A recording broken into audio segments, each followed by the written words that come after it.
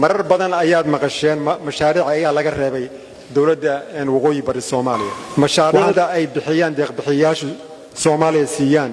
wasiirada dawladda waqooyi bari had iyo habeen kama nastaan raadintooda dhinaca mashaariicda waxaan rabaa inaan idin iftiimiyo mashaariicda Soomaaliya la siiyo waa laba nooc midna waa lacag midna waa mashaariic kab aweeye bangiga adduunka ayaa u badan waxa ay bixiso bangiga adduunka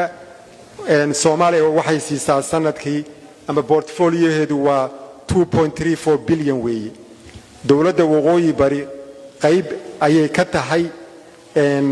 deeqahaas juhdi iyo dadaal weyn waa la geliyay waxaan ka qayb galay shirka intergovernmental physical federalism-ka ayaan ka qayb galay oo heer wasiira waynu saxeexnay waxalaale wixii lacaga iyo mashaariic ay bixinayso World Bank inay waqooyi bari qayb ka noqoto bishii February aan soo saxay mashaariicda ay bixiyaan deeq bixiyaashu Soomaaliya siiyaan wasiirada dawladda waqooyi bari had iyo habeen kama nastaan raadintooda mashaariicda hadda socda badankoodu iyo dhammaantood runtii way ka horeeyeen waqooyi bari waxaase dadaal loogu jiraa dawladda federaalkuna ugu jirtaa qoraallo badan ay u qortay